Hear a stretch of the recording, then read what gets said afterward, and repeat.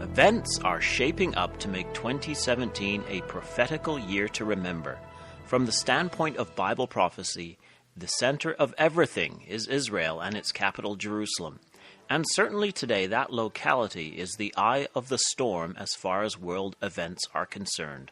Welcome to Bible in the News. This is David Billington with you. In the area known today as the West Bank, or more correctly Judea and Samaria, there is a small peaceful Jewish village of caravan homes on a hilltop called Amona. Amona was established in the mid-1990s with Israeli government-built infrastructure. However, during 2006, when 9 new homes were almost completed and ready to move into by Jewish families, a radical left-wing pro-Palestinian Arab organization called Yesh Din petitioned the courts that the homes were built on private Palestinian Arab land. The courts ruled in their favor, and this led to then Prime Minister Ehud Olmert's request for them to be demolished. The demolitions took place in the face of large protests, and many Jewish youths were wounded by police brutality. This event remains highly controversial in Israel to this day. Just over a year and a half ago, I was able to visit Amona and see the foundations of the raised homes. Nothing has been done with the land where they stood. The remains of the homes are a desolate waste on the edge of the community, a monument to human stupidity. Nevertheless, visiting the site brought home the enormous controversy that surrounds Jews being able to live in their biblical heartland, Judea and Samaria. In the last couple of years, another radical left-wing organization called Peace Now has petitioned the courts for the complete removal of Amona. Peace Now itself is controversial, as it is largely funded by foreign governments in the European Union. Again, the court has ruled in favor of the left-wing organization. Israel's Supreme Court itself is also controversial, as many see it as having a very strong left-wing bias.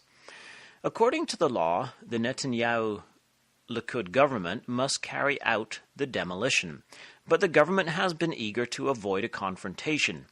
The 2006 demolition at Amona, confrontation, and violence could be seen as leading to the demise of the then Olmert-led government.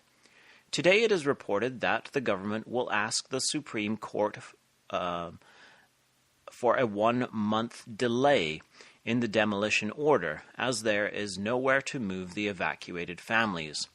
A 1-month delay would move the demolition into the time when Donald Trump would be in the White House instead of Obama, which may give the Israeli government a diplomatic reprieve of some international pressure in regards to the settlements. The difficulty of dealing with Palestinian Arab claims to land that has been built on by Jews has led the government to put forward a new law called the Regulation Law. It would provide a way out for those Jewish communities that have been built on land decades ago, which are then subjected to Palestinian Arab claims that many feel are completely fraudulent. The proposed regulation law would not help communities where there is already an ongoing court case, such as Amona, but it would settle many others. The regulation law is garnering significant international attention, with condemnations from the EU, the U.S. State Department, and others claiming that the law is contrary to international law. By some, it is seen as a step towards Israeli annexation of the portion of the West Bank which is fully under their control. If these court cases continue, and if there is a problem with international law, it could force Israel to annex some of the territory in the area known as the West Bank. This once again demonstrates the absurdity of 40 caravan homes garnering the attention of the EU, the UN, the U.S. State Department, and many others. Judea and Samaria certainly is the eye of the storm. This is a fulfillment of the prophecy of Joel chapter 3, verses 1 and 2, where it says, "For behold, in those days and in that time, when I shall bring again the captivity of Judah and Jerusalem, I will also gather all nations, and will bring them down into the valley of Jehoshaphat, and will plead with them there for my people and for my heritage Israel, whom they have scattered among the nations and parted my land. Joel prophesied that in the days when God would restore Judah and Jerusalem to his people, there would be a great controversy among the nations, which would bring them down into the land where God would judge them, in regards to his people and heritage of Israel, whom they had previously dispersed among the nations and partitioned the land of Israel. Today we certainly live in a time of great controversy concerning Judah and Jerusalem. Other events in the world also seem to be building up to a major change in Israel, one that could very well have to do with the West Bank area and Jerusalem. First, the new American administration seems to have a much more pro-Israel outlook compared to the outgoing Obama administration. If these words translate into actions when the new administration comes to power, it will open the door to the possibility of great changes taking place in Israel and the Middle East. Secondly, the war in Syria has moved in favor of the Assad regime and its backers, including Russia, Iran, and Hezbollah.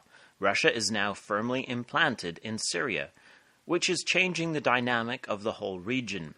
This is a rapidly developing situation, which will also be affected by the new American administration. Thirdly, Turkey continues to be under threat from terrorism, political instability, and waves of refugees. At any point, Russia could exploit the situation in a move to regain control of the Bosphorus and Constantinople. Fourthly, the most anti-Israel bloc, especially towards the West Bank Jewish settlements, is the European Union. The EU is in a state of crisis, which could get worse at any minute, with threats of terrorism, monetary collapse, and the UK in the process of working towards leaving due to the Brexit decision. If the EU is too busy with internal crises, it could create a moment when Israel could annex some of the West Bank areas with a more manageable amount of international fallout.